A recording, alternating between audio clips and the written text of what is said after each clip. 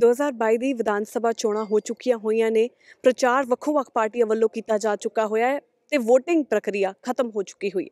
ਪਰ ਮੇਨ ਸਵਾਲ ਇਹੀ ਹੈ ਕਿ ਸਰਕਾਰ ਕਿਸ ਦੀ ਬਣੇਗੀ। ਇਹ ਸਵਾਲ ਬਹੁਤ ਵੱਡਾ ਹੈ ਕਿਉਂਕਿ ਆਉਣ ਵਾਲੇ 5 ਸਾਲ ਜਿਹੜੇ ਹੈ ਉਹ ਕਿਹੜੀ ਪਾਰਟੀ ਰਾਜ ਕਰੇਗੀ, ਬਹੁਤ ਵੱਡਾ ਮੁੱਦਾ ਹੈ। ਇਸ ਮੁੱਦੇ ਦੇ ਉੱਤੇ ਗੱਲਬਾਤ ਕਰਨ ਲਈ ਹਰਜੋਤ ਕਮਲ ਸਾਡੇ ਨਾਲ ਮੌਜੂਦ ਨੇ, MLA ਮੋਗਾ ਤੋਂ। ਉਹਨਾਂ ਨਾਲ ਗੱਲਬਾਤ ਕਰਦੇ ਹਾਂ। ਸਰ, ਪਹਿਲਾਂ ਤਾਂ ਦੈਨਿਕ ਸਵੇਰਾ TV ਤੇ ਤੁਹਾਡਾ ਬਹੁਤ-ਬਹੁਤ ਸਵਾਗਤ ਹੈ। Thank you very much. ਔਰ ਤੁਹਾਡਾ ਵੀ ਬਹੁਤ ਧੰਨਵਾਦ ਦੈਨਿਕ ਸਵੇਰਾ ਸਾਰੇ ਚੈਨਲ ਦਾ, ਜਿੰਨੇ ਤੁਹਾਡੇ ਦਰਸ਼ਕ ਤੁਹਾਡੇ ਰੂਬਰੂ ਹੋਏ ਨੇ ਉਹਨਾਂ ਸਾਰਿਆਂ ਨੂੰ ਵੀ ਫਤਿਹ ਸਾਂਝੀ ਕਰਦਾ ਜੀ।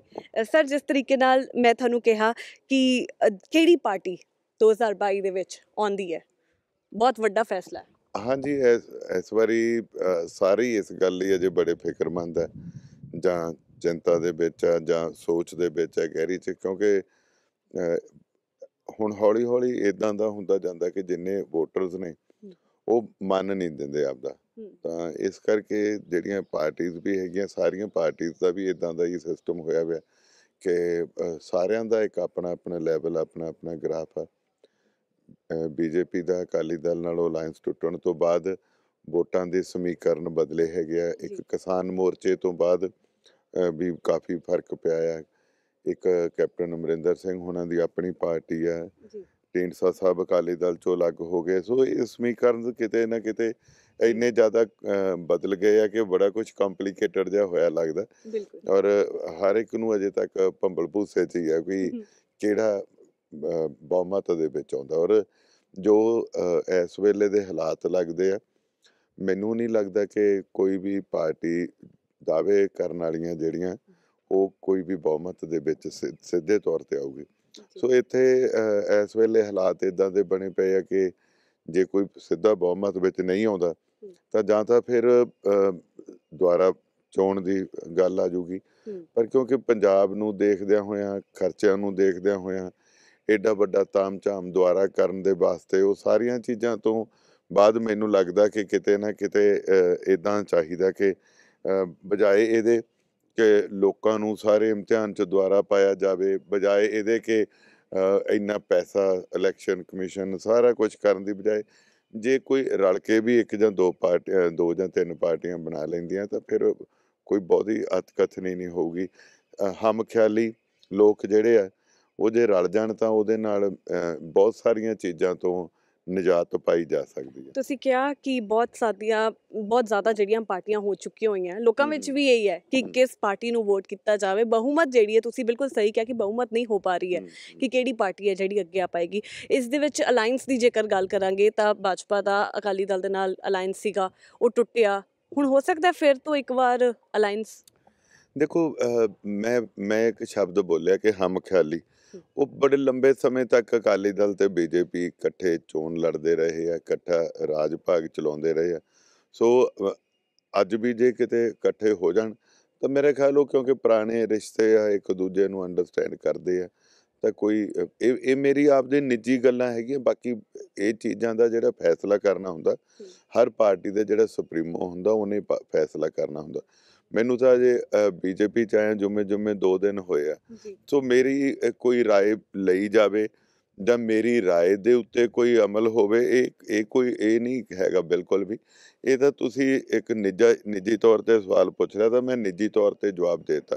ਹੁਣ ਕਾਂਗਰਸ ਦਾ ਤੇ BJP ਦਾ ਤਾਂ ਸ਼ੁਰੂ ਤੋਂ ਹੀ 36 ਦਾ ਅੰਕੜਾ, ਉਹਨਾਂ ਦੀ ਤਾਂ ਜਿਹੜੀ ਬਿਲਕੁਲ ਹੀ ਇੱਕ ਦੂਜੇ ਦੇ ਵਿਰੋਧ ਵਾਲੀ ਗੱਲ ਹੈਗੀ। ਸੋ ਮੈਨੂੰ ਨਹੀਂ ਲੱਗਦਾ ਕਿ ਕਦੇ ਵੀ ਇੱਦਾਂ ਹੋਊਗਾ ਵੀ ਕਦੇ ਕਾਂਗਰਸ ਤੇ BJP ਰਲੂਗੀ, ਹੈ ਨਾ। ਆਪਾਂ ਨੂੰ ਦਿਸਦਾ ਹੀ ਹੈ। ਸੋ ਜੇ BJP ਕਿਸੇ ਨਾਲ ਰਲੂਗੀ ਤਾਂ ਉਹ ਅਕਾਲੀ ਦਲ ਨਾਲ ਰਲ ਸਕਦੀ ਹੈ। ਔਰ ਜਿੱਥੇ ਤੱਕ ਆਮ ਆਦਮੀ ਪਾਰਟੀ ਆ, ਉਹਨਾਂ ਦਾ ਵੀ ਇੱਕ ਵੱਖਰੀ ਤਰ੍ਹਾਂ ਦਾ ਹੈਗਾ। BJP ਉਹਨਾਂ ਦੇ ਨਾਲ, ਆਮ ਆਦਮੀ ਪਾਰਟੀ ਦੇ ਨਾਲ ਦਿੱਲੀ ਦੇ ਵਿੱਚ ਕਾਂਗਰਸ ਨੇ ਸਮਝੌਤਾ ਕਰਕੇ ਦੇਖਿਆ, ਉੱਥੇ ਵੀ ਉਹ ਆਮ ਆਦਮੀ ਪਾਰਟੀ ਕਾਂਗਰਸ ਨੂੰ ਮਾਰ ਗਈ। ਸੋ ਮੈਨੂੰ ਲੱਗਦਾ ਕਿ ਉਹਨਾਂ ਨੂੰ ਵੀ ਕਿਤੇ ਨਾ ਕਿਤੇ ਇਹਨਾਂ ਚੀਜ਼ਾਂ ਤੇ ਉਹ ਵੀ ਧਿਆਨ ਰੱਖਣਗੇ। ਉਹ ਨਾ ਹੋਵੇ ਕਿ ਉਹ ਵਿੱਚ ਜਾ ਕੇ ਤਾਂ ਵਿੱਚ ਹੀ ਮਰ ਜਾਣ ਬਿਲਕੁਲ ਹੀ। ਸੋ ਪਰ ਇਹ ਇਲੈਕਸ਼ਨ ਦਾ ਜਿਹੜਾ ਰਿਜ਼ਲਟ ਹੈ ਉਹ ਦੱਸੂਗਾ ਕਿ ਕਿਹਦੇ ਕੋਲ ਕਿੰਨੀਆਂ ਸੀਟਾਂ ਆਉਂਦੀਆਂ ਤੇ ਉਹ ਕਿਹਦੇ ਨਾਲ ਰਲ ਕੇ ਸਰਕਾਰ ਬਣਾ ਸਕਦਾ। ਬਿਲਕੁਲ, ਤੁਸੀਂ ਇੰਨਾ ਟਾਈਮ ਕਾਂਗਰਸ ਦੇ ਵਿੱਚ ਆਪਣਾ ਯੋਗਦਾਨ ਦਿੱਤਾ, ਪਰ ਇਸ ਟਾਈਮ ਤੇ ਇਸ ਇਲੈਕਸ਼ਨਸ ਦੇ ਵਿੱਚ ਕਾਂਗਰਸ ਦੇ ਵੱਲੋਂ ਮਾਲਵਿਕਾ ਸੂਦ ਨੂੰ ਮੋਗੇ ਤੋਂ ਟਿਕਟ ਮਿਲੀ। ਥੋੜਾ ਅਪਸੈਟਿੰਗ ਇਹ ਸੀ? ਇਹ ਦੇਖੋ ਪਾਰਟੀਆਂ ਰਾਜਨੀਤਿਕ ਪਾਰਟੀ ਹੈ ਕਾਂਗਰਸ ਵੀ, ਸੋ ਉਹ ਰਾਜਨੀਤੀ ਕਰ ਗਏ ਮੇਰੇ ਨਾਲ ਵੀ। 22 ਸਾਲ ਜਿਹੜੇ ਬੰਦੇ ਨੇ ਯੂਥ ਕਾਂਗਰਸ ਤੋਂ ਲੈ ਕੇ ਪਾਰਟੀ ਨੂੰ ਦਿੱਤੇ ਹੋਣ, ਔਰ ਉੱਥੋਂ ਉਹਨਾਂ ਵੇਲਿਆਂ ਦੇ ਵਿੱਚ ਜਦੋਂ ਕਾਂਗਰਸ ਮੋਗੇ 'ਚ ਬਿਲਕੁਲ ਮਰੀ ਪਈ ਸੀ, 97 ਤੋਂ ਲੈ ਕੇ 2017 ਤੱਕ ਉੱਥੇ ਸ਼੍ਰੋਮਣੀ ਅਕਾਲੀ ਦਲ ਦਾ ਪੂਰਾ ਕਬਜ਼ਾ ਰਿਹਾ। ਜੇ ਵਿੱਚੋਂ ਦੀ ਜੈਨ ਸਾਹਿਬ ਜਿੱਤੇ ਵੀ ਆ ਤਾਂ ਪਹਿਲਾਂ ਉਹਨਾਂ ਨੂੰ ਜੇਲ੍ਹ 'ਚ ਭੇਜਣਾ, ਫਿਰ ਉਹਨਾਂ ਨੂੰ ਅਗਲੀ ਵਾਰੀ ਜਿੱਤੇ ਤਾਂ ਉਹਨਾਂ ਨੂੰ ਪਾਰਟੀ 'ਚ ਹੀ ਅਕਾਲੀ ਦਲ ਹੀ ਲੈ ਗਿਆ, ਔਰ ਉਹ ਦੋਨੀ ਵਾਰੀ ਜਦੋਂ ਜਿੱਤੇ ਸਰਕਾਰ ਉਦੋਂ ਵੀ ਅਕਾਲੀ ਦਲ ਦੀ ਰਹੀ। ਸੋ ਇਸ ਕਰਕੇ ਬੜਾ ਵੱਡਾ ਇਹ ਰਿਹਾ ਕਿ 20 ਸਾਲ ਜਿਸ ਪਾਰਟੀ ਦੀ ਉੱਥੇ ਆਪੋਜੀਸ਼ਨ ਦੀ ਸਰਕਾਰ ਰਹੀ ਹੈ, ਜੀ। ਇੱਥੇ ਤਾਂ 20 ਦਿਨਾਂ 'ਚ ਬੰਦੇ ਭੱਜ ਜਾਂਦੇ ਆ। 20 ਸਾਲ ਅਕਾਲੀ ਦਲ ਰਿਹਾ, ਔਰ ਕਾਂਗਰਸ ਦੇ ਬਿਲਕੁਲ ਇਸ ਕਿਨਾਰੇ ਤੇ ਪਹੁੰਚ ਗਈ ਸੀਗੀ ਕਿ ਜੈਨ ਸਾਹਿਬ ਜਦੋਂ ਦੁਬਾਰਾ ਜਿੱਤੇ ਆ ਤਾਂ ਉਹ ਅਕਾਲੀ ਦਲ ਤੋਂ ਉਧਰ ਚਲ ਗਏ ਸੀ ਕਾਂਗਰਸ ਤੋਂ, ਤੇ ਕਾਂਗਰਸ 'ਚ ਬਹੁਤ ਵੱਡਾ ਖਿਲਾਫ ਪੈਦਾ ਹੋ ਗਿਆ। ਮੈਂ 13 ਤੋਂ ਲੈ ਕੇ ਫਿਰ ਇੱਕ ਟੀਮ ਬਣਾਈ, ਕਾਂਗਰਸ ਨੂੰ ਬੰਨਿਆ, ਔਰ ਇਸ ਲੈਵਲ ਤਾਈਂ ਬੰਨਿਆ ਕਿ ਸ਼੍ਰੋਮਣੀ ਅਕਾਲੀ ਦਲ ਦਾ ਪੰਜਾਬ ਦਾ ਬਾਦਲ ਪਰਿਵਾਰ ਤੋਂ ਬਾਅਦ ਦੂਜਾ ਵੱਡਾ ਪਰਿਵਾਰ, ਔਰ ਮਾਲਵੇ ਦੇ ਵਿੱਚ ਉਸ ਵੇਲੇ ਆਮ ਆਦਮੀ ਪਾਰਟੀ ਦਾ ਬਹੁਤ ਬੋਲਬਾਲਾ ਸੀ। ਉਹਦੇ ਬਾਵਜੂਦ ਉੱਥੋਂ ਚੋਣ ਜਿੱਤ ਕੇ ਪਾਰਟੀ ਕਾਂਗਰਸ ਦੀ ਝੋਲੀ 'ਚ ਪਾਈ ਹੈ, ਔਰ ਇੱਕ ਐਮਐਲਏ ਦੇ ਨਾਲ ਇੱਕ ਐਮਐਲਏ ਨਾਲ ਸਰਕਾਰ ਬਣਦੀ ਹੈ। ਸੋ ਉਸ ਮੇਰੇ ਯੋਗਦਾਨ ਨੂੰ ਕਿਤੇ ਨਾ ਕਿਤੇ ਨਜ਼ਰਅੰਦਾਜ਼ ਕੀਤਾ ਗਿਆ, ਤੇ ਇੱਕ ਦੇਖ ਲਿਆ ਗਿਆ ਸਿੰਪਲ ਹੀ ਵੀ ਇੱਕ ਵੱਡਾ ਸਟਾਰ ਹੈ। ਹੁਣ ਦੇਖੋ, ਨਾ ਤਾਂ ਸੋਨੂ ਸੂਦ ਜੀ ਦਾ ਮੋਗੇ ਦੇ ਵਿੱਚ ਜਾਂ ਪੰਜਾਬ ਦੇ ਵਿੱਚ ਕੋਈ ਕੰਮ ਸੀਗਾ। ਮਹਾਰਾਸ਼ਟਰ ਦੇ ਵਿੱਚ ਜੇ ਉਹਨਾਂ ਨੇ ਕੋਈ 4 ਬੰਦੇ ਭੇਜੇ ਹੋਣਗੇ ਬੱਸਾਂ 'ਚ ਚੜਾ ਕੇ, ਜਾਂ ਕੋਈ ਉਹਨਾਂ ਨੇ ਕੀਤਾ, ਇੱਕ ਸੂਦ ਫਾਊਂਡੇਸ਼ਨ ਬਣਾ ਕੇ ਉਹਦੇ ਤੋਂ ਉਹਨਾਂ ਨੇ ਜੇ ਚੈਰਿਟੀ ਇਕੱਠੀ ਕਰਕੇ ਤੇ 4 ਪੈਸੇ ਖਰਚਤੇ ਹੋਣਗੇ ਤਾਂ ਮੋਗੇ ਨੂੰ ਉਹਦੀ ਕੀ ਦੇਣ ਆ। ਉਹਨਾਂ ਦੀ ਸਿਸਟਰ ਹੈਗੀ ਆ, ਉਹਨਾਂ ਦੀ ਵੀ ਮੋਗੇ ਦੇ ਵਿੱਚ ਕੋਈ ਇੱਦਾਂ ਦੀ ਹੈ ਨਹੀਂ, ਨਾ ਲੋਕਾਂ 'ਚ ਵਿਚਰੇ ਆ ਨਾ ਹੋਰ। ਉਹਦੇ ਬਾਵਜੂਦ ਵੀ ਪਾਰਟੀ ਨੇ ਇਹ ਚੀਜ਼ ਦੇਖ ਲਈ ਵੀ ਸੋਨੂ ਸੂਦ ਜੀ ਪਤਾ ਨਹੀਂ ਪੰਜਾਬ ਦੇ ਵਿੱਚ ਜਾਂ ਯੂਪੀ ਦੇ ਵਿੱਚ ਵੀ ਉਹਨਾਂ ਨੂੰ ਇਲੈਕਸ਼ਨ ਦੇ ਵਿੱਚ ਮਦਦ ਦੇਣਗੇ। ਸੋ ਜਿਹੜੀਆਂ ਪਾਰਟੀ ਨੇ ਉਮੀਦਾਂ ਲਾਈਆਂ ਸੀ ਉਹ ਤਾਂ ਪਾਰਟੀ ਜਾਣੇ ਹੁਣ ਉਹਦੇ ਤੇ ਕੀ ਹੋਇਆ। ਮੈਂ ਤਾਂ ਇੰਨੀ ਗੱਲ ਕਹਿ ਸਕਦਾ ਕਿ ਮੇਰੇ ਨਾਲ ਮਾੜੀ ਕੀਤੀ ਉਹਨਾਂ ਨੇ, ਪਰ ਮੈਂ ਫਿਰ ਵੀ ਉਸ ਪਰਮਾਤਮਾ ਦਾ ਸ਼ੁਕਰਗੁਜ਼ਾਰ ਹਾਂ, ਔਰ ਭਾਜਪਾ ਦਾ ਸ਼ੁਕਰਗੁਜ਼ਾਰ ਹਾਂ ਜਿਨ੍ਹਾਂ ਨੇ ਮੈਨੂੰ ਘਰੋਂ ਚੱਕਿਆ ਔਰ ਭਾਜਪਾ ਦੀ ਟਿਕਟ ਦਿੱਤੀ, ਔਰ ਮੈਂ ਉਹਨਾਂ ਲੋਕਾਂ ਦਾ ਬੜਾ ਸ਼ੁਕਰਗੁਜ਼ਾਰ ਹਾਂ। ਮੈਨੂੰ ਫਿਰ ਓਨਾ ਹੀ ਪਿਆਰ ਦਿੱਤਾ, ਔਰ ਮੈਨੂੰ ਪੂਰੀ ਉਮੀਦ ਹੈ ਕਿ ਮੋਗੇ ਤੋਂ ਫਿਰ ਚਾਹੇ ਮੈਂ ਬੀਜੇਪੀ ਚਲ ਜਾ, ਮੈਂ ਜਿੱਤ ਕੇ ਆਊਂਗਾ। ਔਰ ਇੱਕ ਗਾਣਾ ਆ ਬੜਾ ਪੁਰਾਣਾ ਹਸਨਪੁਰੀ ਜੀ ਦਾ, ਨਾ ਜਾਈ ਬਰਮਾ ਨੂੰ ਲੇਖ ਜਾਣਗੇ ਨਾਲ। ਉਹ ਲੇਖ ਤਾਂ ਨਾਲ ਹੀ ਜਾਂਦੇ ਆ, ਕਾਂਗਰਸ 'ਚ ਸੀ ਤਾਂ ਵੀ, ਜੇ ਹੁਣ ਭਾਜਪਾ 'ਚ ਆ ਗਿਆ ਤਾਂ ਵੀ ਲੇਖ ਨਾਲ ਹੀ ਹੈ।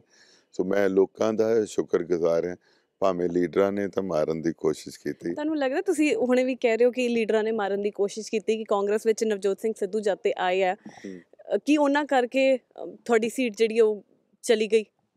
ਨਾ, ਇਹ ਇਕੱਲਾ ਨਵਜੋਤ ਸਿੱਧੂ ਜੀ ਨਹੀਂ, ਸਾਰੇ ਰਲੇ ਹੋਏ ਸੀਗੇ। ਚੰਨੀ ਜੀ ਮੇਰੇ ਕੋਲ 15 ਦਿਨ ਪਹਿਲਾਂ ਆਏ ਆ, ਰਾਤ ਰਹਿ ਕੇ ਗਏ ਆ। ਉਹ ਮੈਨੂੰ ਕਹੀ ਗਏ ਵੀ ਤੂੰ ਫਿਕਰ ਨਾ ਕਰੀ, ਉਹਨੂੰ ਜੇ ਲੜਾਇਆ ਵੀ ਤਾਂ ਆਪਾਂ ਕਿਤੇ ਵੱਡੀ ਸੀਟ ਤੋਂ ਲੜਾਵਾਂਗੇ। ਤਾਂ ਐਂਡ ਤੱਕ ਹਰੀਸ਼ ਚੌਧਰੀ ਜੀ ਮੈਨੂੰ ਇਹੀ ਕਹਿੰਦੇ ਰਹੇ ਆ, ਪਰ ਉਹ ਮੈਨੂੰ ਬਾਅਦ 'ਚ ਲੱਗਿਆ ਕਿ ਇਹਦਾ it was a conspiracy between all these big leaders, and ਉਹਨਾਂ ਨੇ ਸਾਰਾ ਪਹਿਲਾਂ ਹੀ ਤਾਂ ਸੋਚਿਆ ਬਣਾਇਆ ਹੋਇਆ ਸੀਗਾ, ਈਵਨ ਰਾਹੁਲ ਗਾਂਧੀ ਜੀ ਨੇ। ਪਰ ਇਸ ਤਰੀਕੇ ਦੇ ਨਾਲ ਜਦੋਂ ਤੁਸੀਂ ਆਪਣੇ ਕੇਡਰ ਨੂੰ ਮਾਰ ਕੇ ਇੱਕ ਉੱਤੋਂ ਲਿਆ ਕੇ ਤੁਸੀਂ ਸਿੱਟਦੇ ਆ ਸਕਾਈ ਲੈਬਸ, ਤਾਂ ਫਿਰ ਤੁਸੀਂ ਇਹੋ ਜਿਹੇ ਹਾਲਾਤ ਹੋਣਗੇ। ਤੁਸੀਂ ਅੱਜ ਦੇਖੋ ਸਮਰਾਲੇ 'ਚ 4 ਵਾਰੀ ਜਿੱਤੇ ਵੇ, ਢਿੱਲੋਂ ਸਾਹਿਬ ਨੂੰ ਵੜਤਾ, ਬੜੇ ਬੜੇ ਬੰਦੇ ਹੋਰ ਹੈਗੇ ਆ। ਮੈਂ ਕਿਹਦੀ ਉਦਾਹਰਨ ਦੇਵਾਂ, ਸਾਡੇ ਨਵੇਂ ਸ਼ਹਿਰ ਤੋਂ ਅੰਗਦ ਸੈਣੀ, ਉਹਦੇ ਦੇਖੋ ਉਹਦਾ ਦਾਦਾ ਮੰਤਰੀ ਰਿਹਾ, ਉਹਦਾ ਫਾਦਰ ਰਿਹਾ, ਉਹਦਾ ਮਦਰ ਉਹਦੀ ਰਹੀ ਆ, ਉਹ ਆਪ ਐਮਐਲਏ ਰਿਹਾ, ਉਹਦੀ ਟਿਕਟ ਕੱਟ ਦਿੱਤੀ ਹੈ। ਇਸੇ ਤਰ੍ਹਾਂ ਦਾਮਨ ਵਿਚਾਰੀ ਕਿੰਨੀ ਦੇਰ ਦੀ ਲੱਗੀ ਸੀਗੀ, ਉਹਦੀ ਟਿਕਟ ਕੱਟ ਦਿੱਤੀ ਹੈ।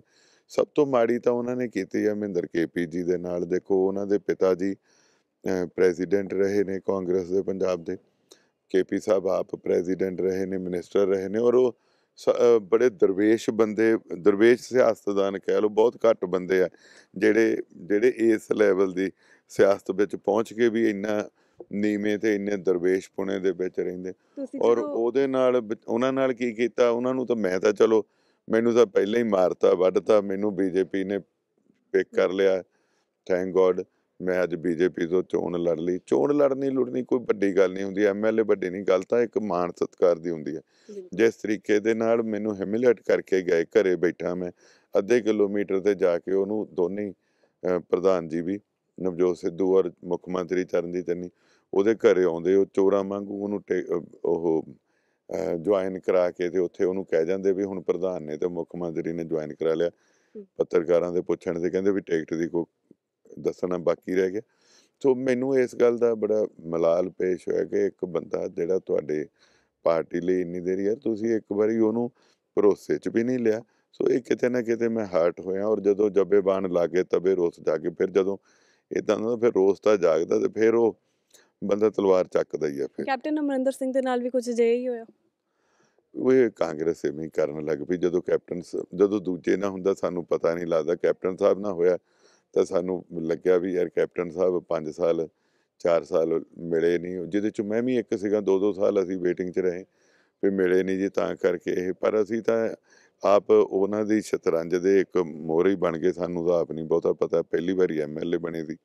ਜਿੱਦਾਂ ਸੀਨੀਅਰ ਕਹੀ ਜਾਂਦੇ ਸੀ ਉੱਦਾਂ ਕਹੀ ਜਾਂਦੇ। ਹਾਂ, ਇਸ ਗੱਲ ਦਾ ਜ਼ਰੂਰ ਸੀਗਾ ਕਿ ਕੈਪਟਨ ਅਮਰਿੰਦਰ ਸਿੰਘ ਵਾਕਿਆ ਹੀ ਟਾਈਮ ਨਹੀਂ ਸੀ ਦਿੰਦੇ। ਬਟ ਜਦੋਂ ਤੁਸੀਂ ਕੈਪਟਨ ਸਾਹਿਬ ਨੂੰ ਇੱਕ ਵਾਰੀ ਮਿਲ ਲਓ ਤਾਂ ਤੁਹਾਨੂੰ 6 ਮਹੀਨੇ ਡੋਜ਼ ਲੈਣ ਦੀ ਲੋੜ ਨਹੀਂ ਸੀ ਪੈਂਦੀ। ਬਟ ਉਹਨਾਂ ਦੇ ਦੁਆਲੇ ਇੱਦਾਂ ਦੇ ਖੂਬੀ ਰਾਮ ਜੀ ਦਾ ਇੱਦਾਂ ਦੇ ਜਿਹੜੇ ਬੰਦੇ ਸੀ ਉਹਨਾਂ ਨੇ ਖਰਾਬ ਕੀਤਾ। ਅਦਰਵਾਈਜ਼ ਕੈਪਟਨ ਅਮਰਿੰਦਰ ਸਿੰਘ ਆਪ ਹੀ is very good administrator and very good personality. He always he give me very love as ਆਪਣਾ ਬੇਟਾ ਕਹਿ ਕੇ ਮੈਨੂੰ ਬੁਲਾਉਂਦੇ ਰਹੇ ਨੇ, ਉਵੇਂ ਹੀ ਪਿਆਰ ਦਿੱਤਾ। ਔਰ ਤੁਹਾਡੇ ਮੈਨੂੰ ਨਾਲ ਅੱਛੇ ਰਿਲੇਸ਼ਨ ਸੀ।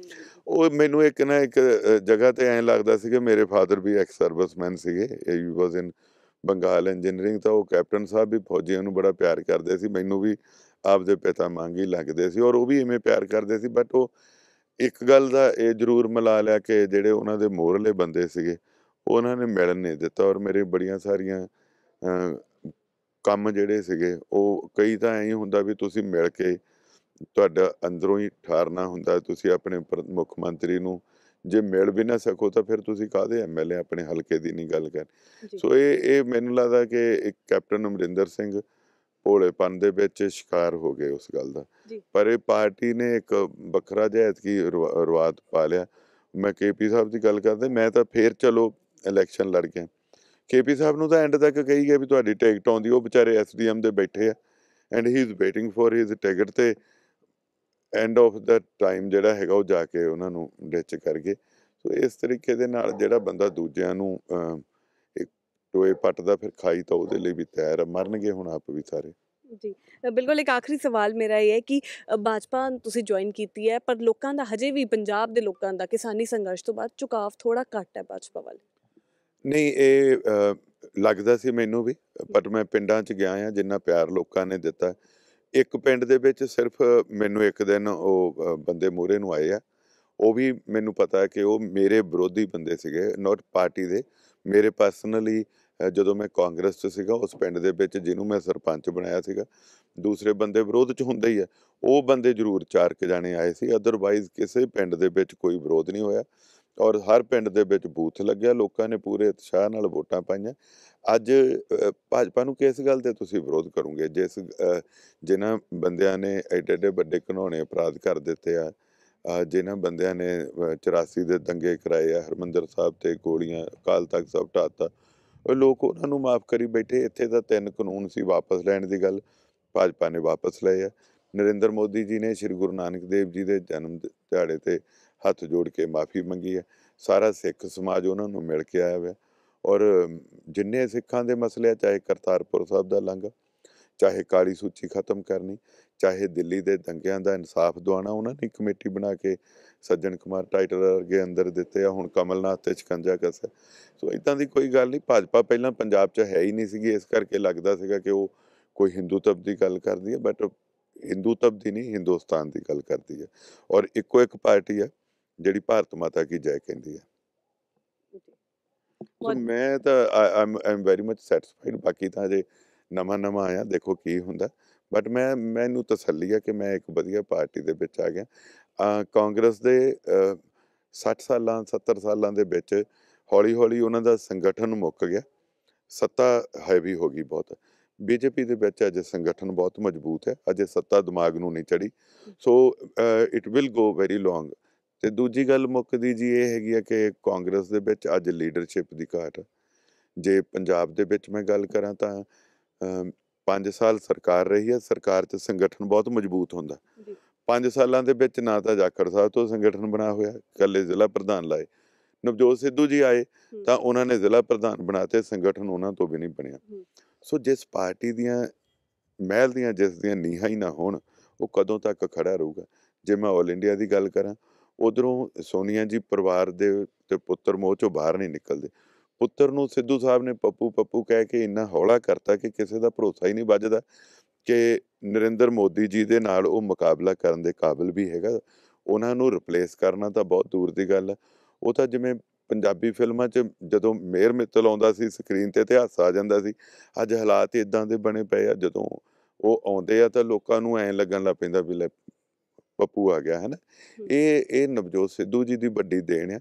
ਉਹਨਾਂ ਨੇ ਕਾਂਗਰਸ ਪਾਰਟੀ ਨੂੰ ਮਾਰਨ 'ਚ ਸਭ ਤੋਂ ਪਹਿਲੀ ਜਿਹੜੀ ਉਹ ਬੋਲਿੰਗ ਉਹਨਾਂ ਨੇ ਕੀਤੀ ਹੈ, ਔਰ ਆਫ ਇਸੇ ਕਰਕੇ ਹੀ ਉਹ ਪਾਰਟੀ ਹੋ ਗਈ ਹੈ। ਕਦੀ ਉਹਨਾਂ ਨੇ ਸਤਿਕਾਰਯੋਗ ਪ੍ਰਧਾਨ ਮੰਤਰੀ ਮਨਮੋਹਨ ਸਿੰਘ ਜੀ ਨੂੰ ਮੋਨੀ ਬਾਬਾ, ਔਰ ਸੋਨੀਆ ਜੀ ਨੂੰ ਮੁੰਨੀ ਬਾਈ, ਇਹਨਾਂ ਨੂੰ ਰਾਹੁਲ ਜੀ ਨੂੰ ਪੱਪੂ, ਇਸ ਤਰ੍ਹਾਂ ਦੇ ਨਾਂ ਦੇ ਦਿੱਤੇ ਕਿ ਲੋਕਾਂ ਦਾ ਅੱਜ ਭਰੋਸਾ ਹੀ ਨਹੀਂ ਵੱਜਦਾ। ਸੋ ਮੈਂ ਕਾਮਨਾ ਵੀ ਕਰਦਾ ਕਿ ਚਲੋ, ਮੇਰੇ ਤਾਂ ਬਲੱਡ ਦੇ ਵਿੱਚ ਫੌਜੀ ਦਾ ਖੂਨ ਹੈ, ਸੋ ਮੈਂ ਤਾਂ ਉਸ ਖੂਨ 'ਚੋਂ ਆ ਕਿ ਜਿਹੜੇ ਵਿਸ਼ਵਾਸ ਨਹੀਂ ਤੋੜਦੇ। ਮੈਂ ਕਾਂਗਰਸ ਨੂੰ ਨਹੀਂ ਛੱਡਿਆ, ਕਾਂਗਰਸ ਨੇ ਮੈਨੂੰ ਛੱਡਤਾ। ਤੇ ਫਿਰ ਮਰਦਾ ਕੀ ਨਾ ਕਰਦਾ। ਜੇ ਉਹਨਾਂ ਨੂੰ if they have some other options then everybody have options too। ਸੋ ਜੇ ਉਹਨਾਂ ਨੂੰ ਸੋਨੂੰ ਸੂਦ ਲੱਭ ਗਿਆ ਤਾਂ ਫਿਰ ਮੈਨੂੰ ਵੀ ਕੋਈ ਨਾ ਕੋਈ ਲੱਭਣਾ ਤਾਂ ਪੈਣਾ ਸੀ। ਦੋ ਹੀ ਤਰੀਕੇ ਸੀ, ਜਾਂ ਘਰੇ ਬਹਿ ਜਾਂਦਾ ਜਾਂ ਫਿਰ ਮੈਂ ਲੜਾਈ ਲੜਦਾ। ਔਰ ਮੈਂ ਮਨ ਬਣਾਇਆ ਕਿ ਮੈਂ ਲੜਾਈ ਲੜਾਂ। ਔਰ ਗੁਰੂ ਗੋਬਿੰਦ ਸਿੰਘ ਜੀ ਨੇ ਇਹੀ ਸੰਦੇਸ਼ ਦਿੱਤਾ ਕਿ ਜਦੋਂ ਸਾਰੇ ਹੀਲੇ ਵਸੀਲੇ ਖਤਮ ਹੋ ਜਾਣ ਫਿਰ ਤਲਵਾਰ ਚੱਕ ਲਓ। ਮੈਂ ਚੱਕੀ ਆ ਔਰ ਖਤਮ ਕਰਾਂਗੇ ਕਾਂਗਰਸ ਨੂੰ, ਜਿਵੇਂ ਕਦੇ ਮੋਗੇ ਦੇ ਵਿੱਚ ਕਾਂਗਰਸ ਦੀ ਟੀਮ ਬਣਾ ਕੇ ਕਾਂਗਰਸ ਨੂੰ ਉੱਪਰ ਚੱਕਿਆ ਸੀ। ਅੱਜ ਸਿਆਣੇ ਕਹਿੰਦੇ ਆ ਕਿ ਜਿਸ ਬੇੜੇ 'ਚ ਸਵਾਰ ਹੋਈਏ ਉਹਦੀ ਸੁੱਖ ਮੰਗੀ ਦੀ। ਅੱਜ ਭਾਜਪਾ ਦੀ ਸੁੱਖ ਮੰਗਦੇ ਆ। ਉਸੇ ਤਰੀਕੇ ਦੇ ਨਾਲ ਜਿਵੇਂ ਕਦੇ ਸਾਰੀਆਂ ਪਾਰਟੀਆਂ ਖਤਮ ਕਰਕੇ ਉੱਥੇ ਕਾਂਗਰਸ ਨੂੰ ਤਕੜੀ ਕੀਤਾ ਸੀ, ਸਾਰੇ ਸਰਪੰਚ, ਸਾਰੀ corporation, mayor, deputy mayor, senior deputy mayor, block samiti ਦੇ ਚੇਅਰਮੈਨ ਸਾਰੇ ਆਪਣੇ ਬਣਾਏ ਸੀ, ਪੀਡੀਬੀ ਬੈਂਕ ਦੇ ਚੇਅਰਮੈਨ, ਪੀਡੀਬੀ ਬੈਂਕ ਦੇ ਮੈਂਬਰਸ, ਕੋਆਪਰੇਟਿਵ ਬੈਂਕ, ਉਹ ਸਾਰਾ ਕੁਝ ਹੁਣ ਭਾਜਪਾ ਨਾਲ ਕਰੂੰਗਾ। ਤਕੜੀ ਕਰਾਂਗੇ ਭਾਜਪਾ ਨੂੰ ਮਜ਼ਬੂਤੀ ਦੇ ਨਾਲ। ਔਰ ਅੱਜ ਲੋਕ ਇਸ ਗੱਲ ਨੂੰ ਮਹਿਸੂਸ ਕਰਨਗੇ ਜਿਹੜੇ ਬੰਦੇ ਅਜੇ ਵੀ ਉੱਧਰ ਆ। ਹਰਜੋਤ ਕਮਲ ਤਾਂ ਅੱਜ ਜਿੱਦਣ ਦੀ ਇਲੈਕਸ਼ਨ ਓਵਰ ਹੋਈ ਹੈ ਇੱਕ ਦਿਨ ਵੀ ਸੁੱਤਾ ਨਹੀਂ, ਔਰ ਉਹੀ ਰੂਟੀਨ ਹੈ। ਮੈਂ ਸਵੇਰੇ 7 ਵਜੇ 9 ਵਜੇ ਉਸੇ ਤਰ੍ਹਾਂ ਹੀ ਨਿਕਲਦਾ, ਔਰ ਰਾਤ ਨੂੰ 12-1 ਵਜੇ ਸੌਂਦਾ। ਅੱਜ ਵੀ ਮੈਂ ਸਵੇਰੇ 7 ਵਜੇ ਦਾ ਨਿਕਲਿਆ ਪਿਆ, ਔਰ 2 ਫੰਕਸ਼ਨ ਮੇਰੀ ਵਾਈਫ ਨੇ ਅਟੈਂਡ ਕੀਤੇ ਆ, ਇੱਕ ਮੈਂ ਅਟੈਂਡ ਕਰਕੇ ਆਇਆ। ਹੁਣ ਮੈਂ ਇੱਥੇ ਆਇਆ ਪਿਆ, ਇੱਥੇ ਵੀ ਇੱਕ ਫੰਕਸ਼ਨ ਹੈਗਾ ਕਿਸੇ ਨੂੰ ਮਿਲਣਾ। ਸੋ ਮੇਰਾ ਰੂਟੀਨ ਉਹੀ ਹੈ। ਪਰ ਉਹ ਵੀਡੀਓ ਪਾਈ ਵੀ ਹੈ ਮਾਲਵਿਕਾ ਸੂਦ ਜੀ, ਸੋਨੂੰ ਸੂਦ ਜੀ ਉਸੇ ਰਾਤ ਹੀ ਉਹ ਤਾਂ ਚੜ੍ਹ ਗਏ ਸਾਊਥ ਅਫਰੀਕਾ ਨੂੰ, ਸ਼ਾਇਦ ਉਹਨਾਂ ਦੇ ਘਰ ਨੂੰ ਦਰਵਾਜ਼ਾ ਬੰਦ ਆ, ਔਰ ਕਿਸੇ ਨੇ ਵੀਡੀਓ ਪਾਈ ਆ ਉਹਦੇ ਵਿੱਚ ਪਿੱਛੇ ਗਾਣਾ ਲੱਗਿਆ ਹੋਇਆ, ਬੰਦ ਪਿਆ ਦਰਵਾਜ਼ਾ ਜਿਵੇਂ ਫਾਟਕ ਕੋਟਕਪੂਰੇ ਦਾ। ਸੋ ਹਰਜੋਤ ਦੇ ਦਰਵਾਜ਼ੇ ਆਪਣੇ ਲੋਕਾਂ ਲਈ ਹਮੇਸ਼ਾ ਖੁੱਲ੍ਹੇ ਸੀ ਔਰ ਖੁੱਲ੍ਹੇ ਰਹਿਣਗੇ। ਔਰ ਇਹ ਲੋਕ ਜਿਹੜੇ ਫਸਲੀ ਬਟੇਰੇ ਆ ਉੱਤੋਂ ਲਿਆ ਕੇ ਸਿੱਟੇ ਵਿੱਚ, ਚਾਹੇ ਝਾੜੂ ਵਾਲੇ ਬੀਬੀ ਜੀ ਉਹ ਵੀ ਹੁਣੇ ਆ ਕੇ ਲਿਆਂਦੇ ਆ, ਔਰ ਚਾਹੇ ਇਹ ਸਾਰੇ ਫਸਲੀ ਬਟੇਰੇ ਆ। ਲੋਕੀ ਪਛਤਾਉਣਗੇ ਜਿਹੜੇ ਇਹਨਾਂ ਦੇ ਸਾਥ ਦਿੱਤਾ। ਬਹੁਤ ਬਹੁਤ ਧੰਨਵਾਦ। ਥੈਂਕ ਯੂ ਵੈਰੀ ਮਚ ਤੁਹਾਡੇ ਚੈਨਲ ਦਾ ਵੀ, ਔਰ ਸਾਰੇ ਸਾਥੀ ਦਰਸ਼ਕ ਜਿੰਨੇ ਜੁੜੇ ਆ ਉਹਨਾਂ ਸਾਰਿਆਂ ਦਾ ਵੀ ਧੰਨਵਾਦ, ਔਰ ਸਤਿ ਸ੍ਰੀ ਅਕਾਲ। ਸੋ 2022 ਦੀ ਇਲੈਕਸ਼ਨਸ ਜਿਸ ਤਰੀਕੇ ਨਾਲ ਗੱਲ ਕੀਤੀ ਹੈ ਕਿ ਹੁਣ ਸਿਰਫ ਇੰਤਜ਼ਾਰ ਹੈ ਤਾਂ ਸਿਰਫ ਨਤੀਜਿਆਂ ਦਾ ਕਿ ਕਿਹੜੀ ਪਾਰਟੀ ਆਏਗੀ। ਵੱਖ-ਵੱਖ ਪਾਰਟੀਆਂ ਨੇ ਆਪਣੇ ਪ੍ਰਸਤਾਵ ਖੇਡੇ ਹੈ, ਕੁਝ ਲੋਕਾਂ ਨੂੰ ਆਪਣੀ ਪਾਰਟੀ 'ਚੋਂ ਕੱਢਿਆ ਵੀ ਹੈ, ਕੁਝ ਨਵਿਆਂ ਨੂੰ ਰੱਖਿਆ ਵੀ ਹੈ, ਕਿਸੇ ਨੇ ਪਾਰਟੀ ਚੇਂਜ ਕੀਤੀ ਹੈ। ਸੋ ਲੋਕਾਂ ਦਾ ਝੁਕਾਵ ਕਿਹੜੀ ਪਾਰਟੀ ਵੱਲ ਰਹੇਗਾ ਇਹ 10 ਮਾਰਚ ਨੂੰ ਹੀ ਪਤਾ ਲੱਗ ਪਾਏਗਾ ਕਿ ਕਿਹੜੀ ਪਾਰਟੀ ਆਪਣੀ ਸਰਕਾਰ ਬਣਾਉਂਦੀ ਹੈ। ਕੈਮਰਾਮੈਨ ਰੋਹਿਤ ਦੇ ਨਾਲ ਮੈਂ Shefali, Dainik Savera TV, Ludhiana. All world open challenge 17 time gold medallist Miyan Rafiq Mohammad, पंडित, मौलवी, बेगम, तांत्रिक, इन्हां चोरा ठग्गां तो सावधान। स्पेशलिस्ट वशीकरण, सट्टा नंबर, लव मैरिज, पति पत्नी च अनबन, विदेश च पक्का होना, कारोबार दा ना चलना, सिर्फ 31 घंटियां विच समाधान।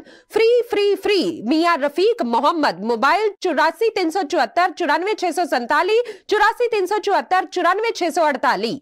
वर्ल्ड फेमस बाबा सलीम खान 21 बार गोल्ड मेडलिस्ट। सारियां थावां तो निराश ते मायूस होने वाले एक बार फोन जरूर करो, जिवें चाहोगे उवें होएगा। It's my promise, immediately result, open challenge. इल्मा दे माहिर A to Z समस्यावां दा फोन ते घर बैठे करवाओ हल। वशीकरण ते मुठ करनी, लव मैरिज, सौतन ते दुश्मन तो छुटकारा, पक्का काम पक्का हल, 101% गारंटी, अष्टाम पेपर समेत। सब तो पहला काम करन दा वादा, नौकरी, प्रमोशन, कारोबार च परेशानी, घर च झगड़ा, कोर्ट केस, तलाक, प्रॉपर्टी झगड़ा, पति पत्नी च अनबन, जादू टोना, मनमोहनी वशीकरण करवाओ जा तुड़वाओ, रुस्से नूं मनाउणा। हुणे कॉल करो बाबा सलीम खान 98 199 37 467।